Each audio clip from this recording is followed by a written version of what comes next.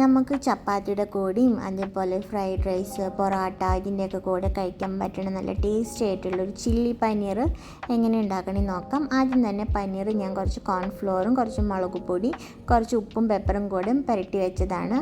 അത് നമുക്കൊരു പാൻ വെച്ചിട്ട് അതിലേക്ക് കുറച്ച് ഓയിൽ ഒഴിച്ചിട്ട് ചൂടാകുമ്പോൾ അത് നമുക്കൊന്ന് ഫ്രൈ ചെയ്തിട്ടെടുക്കാം. എല്ലാം കൂടെ ഇട്ട് നല്ലൊരു ഗോൾഡൻ കളർ ആകുമ്പോൾ നമുക്കത് മാറ്റി വയ്ക്കാം. അതിന് ശേഷം ആ പാനിലേക്ക് തന്നെ കുറച്ച് എണ്ണ ഒഴിച്ച് അതിലേക്ക് ഞാൻ ഒരു ഉള്ളി ചെറുതാക്കി അരിഞ്ഞത്, വെള്ളുള്ളി, ഇഞ്ചി, പച്ചമുളക് ഇതൊക്കെ ചെറുതാക്കി അരിഞ്ഞതാണ്. അതെല്ലാം കൂടെ നമുക്കൊന്ന് മൂപ്പിക്കാം. അതെല്ലാം കൂടെ നന്നായിട്ടൊന്ന് മൂത്ത് വരട്ടെ.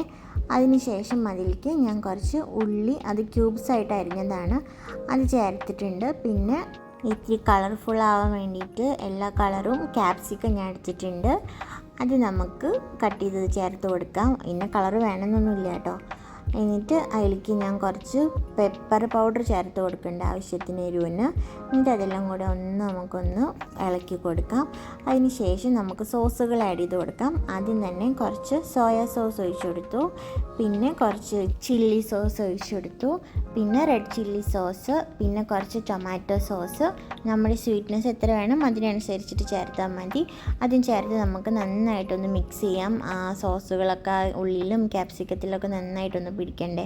എന്നിട്ട് അതിന് ശേഷം കുറച്ച് കോൺഫ്ലോർ വെള്ളത്തിൽ കലക്കിയിട്ട് ഒഴിച്ചു കൊടുത്തു. എന്നിട്ട് അത് നന്നായിട്ടൊന്ന് മിക്സ് ചെയ്യാം. അതിന് ശേഷം നമ്മളവിടെ ഫ്രൈ ചെയ്ത് വെച്ചിട്ടുള്ള നമ്മുടെ പനീർ ചേർത്ത് കൊടുക്കാം. പിന്നെ ഉപ്പും കൂടെ നോക്കണം കേട്ടോ. സോസിലൊക്കെ ഉപ്പുള്ളത് കൊണ്ട് നമ്മൾ നോക്കിയിട്ട് വേണം ഉപ്പ് ചേർത്ത് കൊടുക്കാൻ. പിന്നെ നമ്മൾ പനീർ അതിലേക്ക് ചേർത്ത് കൊടുത്തു. എന്നിട്ട് എല്ലാം കൂടെ നന്നായിട്ട് ഇളക്കി യോജിപ്പിച്ചു. കുറച്ച് മല്ലിയിലയും കൂടെ ചേർത്ത് കൊടുക്കാം. സ്പ്രിംഗ് ഒനിയൻ ഉണ്ടെങ്കിൽ അതും കൂടെ ചേർത്ത് കൊടുത്തോളൂ. എൻ്റെ കയ്യിൽ ഇപ്പോൾ ഇല്ലായിരുന്നു. എന്നിട്ട് എല്ലാം കൂടെ ഒന്ന് മിക്സ് ചെയ്യാം. അപ്പോൾ നമ്മുടെ ചില്ലി പനീർ റെഡിയാണ്. അപ്പോൾ ഇഷ്ടമാണെങ്കിൽ എല്ലാവരും ഒന്ന് ഉണ്ടാക്കി നോക്കുക.